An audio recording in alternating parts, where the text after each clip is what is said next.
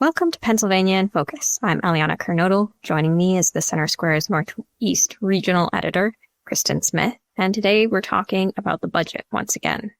Kristen, even though the legislature hasn't passed a budget, that doesn't mean the state has stopped receiving money from taxpayers. So tell us a little bit about that.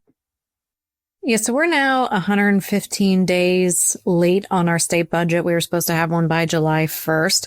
When I wrote this story originally, 2 days ago, we were at 113 days.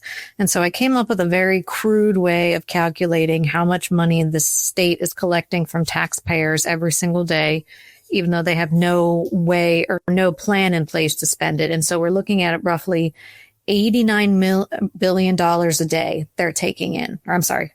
89 million, billion would be, $89 million per day that they're taking in. So now they're at about $10.1 billion as of October 23rd. And there is no deal in sight. And the reason that we framed it this way really is just to look at it from a different angle, since in Pennsylvania, we've been covering this story for literal months now. And it's been a slog. It's been a lot of false starts, a lot of, going around and around in a circle, going back and forth. And it helped to put it in the perspective of how much money they are still getting from us every single day. If the rest of us were 115 days late on our power bill or our credit card bill or our mortgage, we'd be in collections. We'd have no electricity. We would be in, we'd be getting calls from debt collectors. Like, it would be very serious for us. And yet here we are continuing to hand over our money to the state government, lest we face, tax problems ourselves or have to pay a really big bill at the end of the year. And so there's a question there, or at least something to think about, is at what point does it seem hypocritical? And perhaps that point was on July 2nd. But at what point is it hypocritical to keep paying the state so they can hold our money and, waffle over how to pay for it?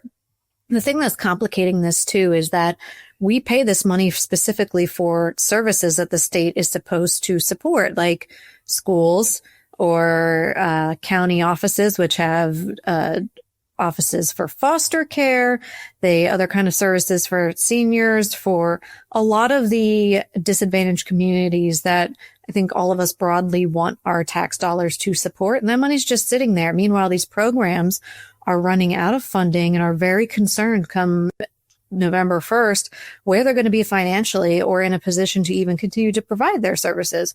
School districts, while some have very flush reserves to kind of weather this storm, there are others that don't, that they operate on a shoestring budget. They're on a very thin line, and they have a legal responsibility to keep a certain amount of money in reserve. So they don't have as much flexibility in what they have to spend to keep getting through this impasse.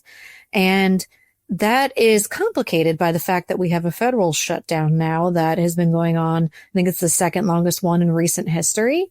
And that too has come to a kind of game of chicken where Republicans are saying, pass the budget and we'll negotiate the other stuff. And Democrats are saying, no, you won't. Well, at the state level, we're kind of in a similar position. Republicans at this point, they want to pass essentially what was last year's budget, and so that they can work on the contested things while money flows to these agencies that need it, because they are operating here without anything.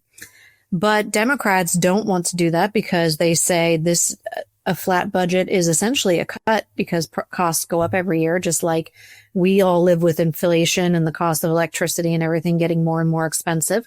So too does the state. So if you pass this budget that way, you're not helping them. You're still putting them in a bad position. So no one's really moving off their mark when it comes to this, except for the fact that we have to keep paying them. And I think that that's pretty frustrating for a lot of us. Not that there's going to be some en masse protest and refusal to pay our state taxes. But what you are seeing actually as of this morning, there are some counties that are saying we're not going to pay the state anymore until they figure out the budget. So you are starting to see this percolate. Will that be a statewide thing? That would be unprecedented as far as the state budget situation goes, but it's definitely something to keep an eye on. And we will continue to follow that here at the Center Square, so you can keep up with this story and more, thecentersquare.com.